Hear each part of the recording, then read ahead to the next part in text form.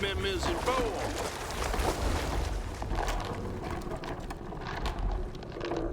South of Midnight is the third title developed by Compulsion Games and the first to be published by Xbox Game Studios after they acquired Compulsion Games way back in 2018.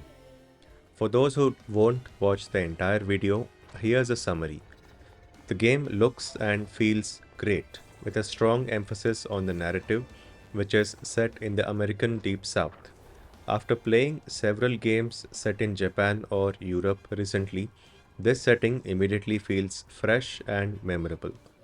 As someone who is completely unaware of that region's stories and culture, this game felt like a well narrated introduction of that region's various folk tales and cultural elements. That experience itself is worth the price of admission, but on top of that, there is also a decent video game built in. Now, the gameplay part of this video game does fall a bit short, which is probably why it didn't get outstanding reviews from the critics. But the other elements are so well made that the gameplay fades into the background, and the relatively short runtime makes it easier to digest the sections of the gameplay that aren't necessarily fun and lets you focus on the parts of the game that are quite fun and interesting to explore. That was the summary. Now, on with the full review. There will be a few spoilers ahead.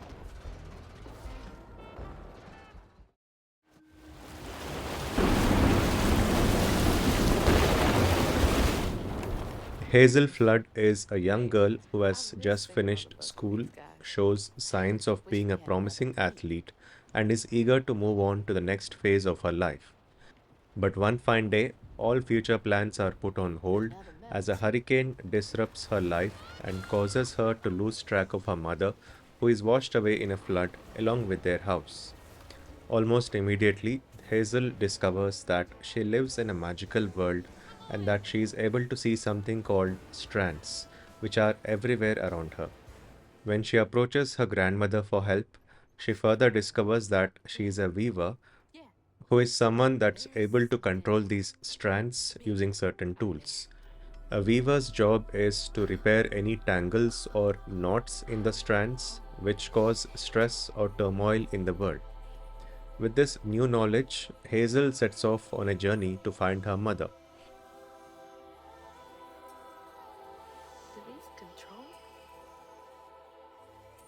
Along the way, she runs into many mythical creatures who are each suffering from their own personal pains, and Hazel sets out to solve their problems by literally bottling up their pain.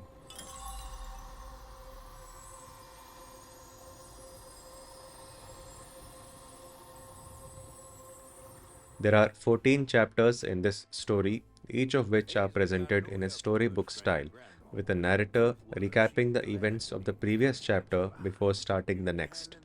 Most of the chapters focus on approaching the next mythical creature, learning about their past, and then proceeding to interact with them in a way that takes the story forward and gives Hazel the next clue about finding her mother. So, the story is essentially an opportunity to explore the numerous folk tales from the American Deep South region, and I was quite fascinated. This is again inspired by a classic game design formula where the player is given a main objective at the start, like Mario being asked to rescue the princess, and the rest of the game is a collection of levels that let you explore different environments, meet different characters, and fight different monsters. The ending felt a bit rushed, which is not surprising because this happens quite frequently in such projects. But it doesn't take away from the fact that the journey was very much enjoyable and memorable.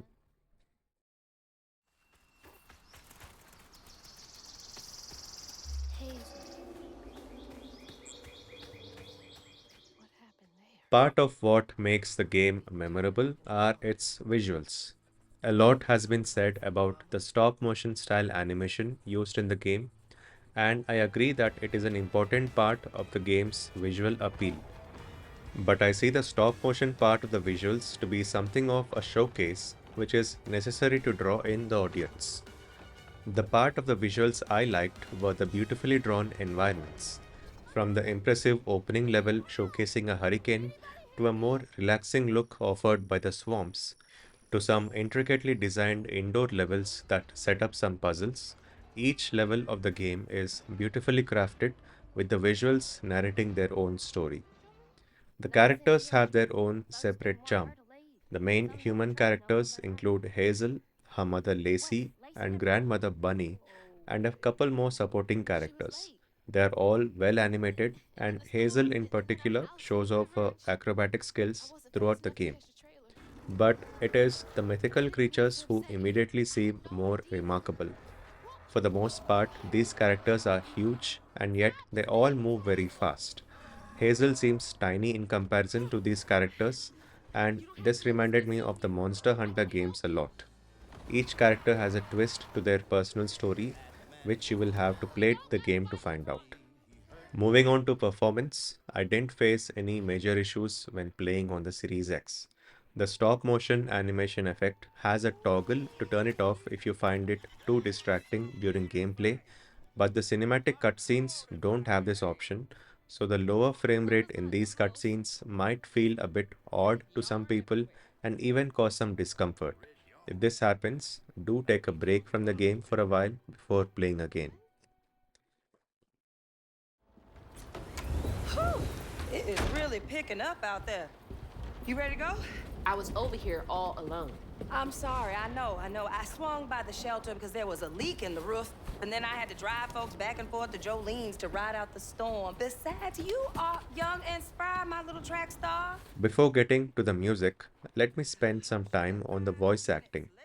The cast does a good job in portraying the distinctive Southern accent, of which I, as a non American, admittedly have very little experience with.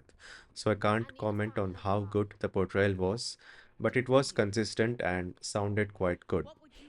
The rest of the sound design was, well, actually, I don't remember much about the sounds in the game because I was focusing a lot on the soundtrack.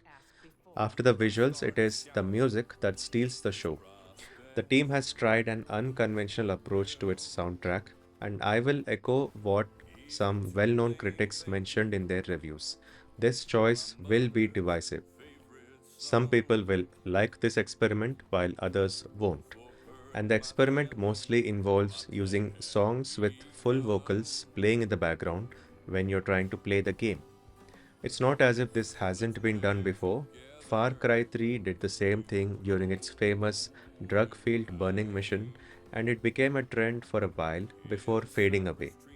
South of Midnight does something similar, except instead of using licensed songs and hoping they fit the context of the game, the team has come up with a set of original songs with lyrics specifically written for each creature you're chasing. It usually comes in a set of two.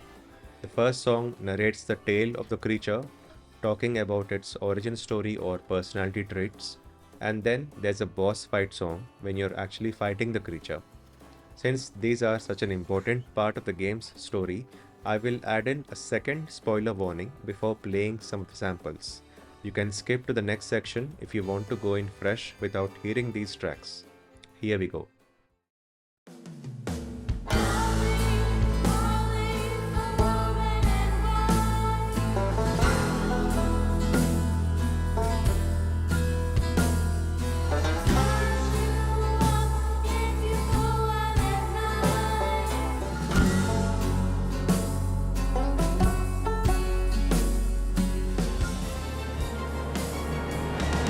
Molly, Molly, keep your hands away.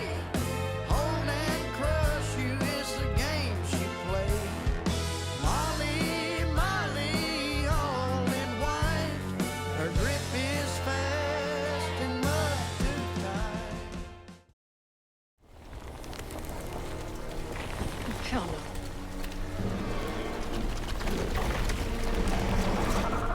Hell no.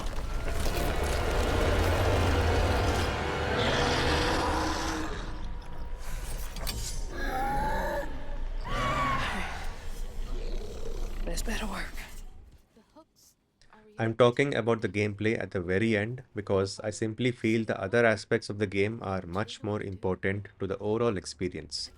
The gameplay does a fine job in putting it all together, and that is still an important element because without the gameplay, this would all just be a well made animated movie. So, what exactly does the gameplay involve? Combat, platforming, traversal, and boss fights. Let me go over each of them. First, the combat. Hazel primarily fights against entities called Haints, which come in different shapes and sizes, but they collectively get a bit boring to fight against after half a dozen hours. Platforming and traversal make up the other major part of the gameplay, with Hazel using all the standard gameplay mechanics to get around the world. Double jumps, gliding, and grapple hooks are quite common these days, but it is still nice whenever a game adds its own interpretation of these age old mechanics, and I did find some of the traversal sections quite enjoyable. The other part of the combat, the boss fights, needs to be mentioned separately. As mentioned during the story section, the key focus of the game is to help these creatures deal with their trauma. So during the boss fights, you are never really trying to kill these beings, but instead slowing them down just enough so that you can remove their pain.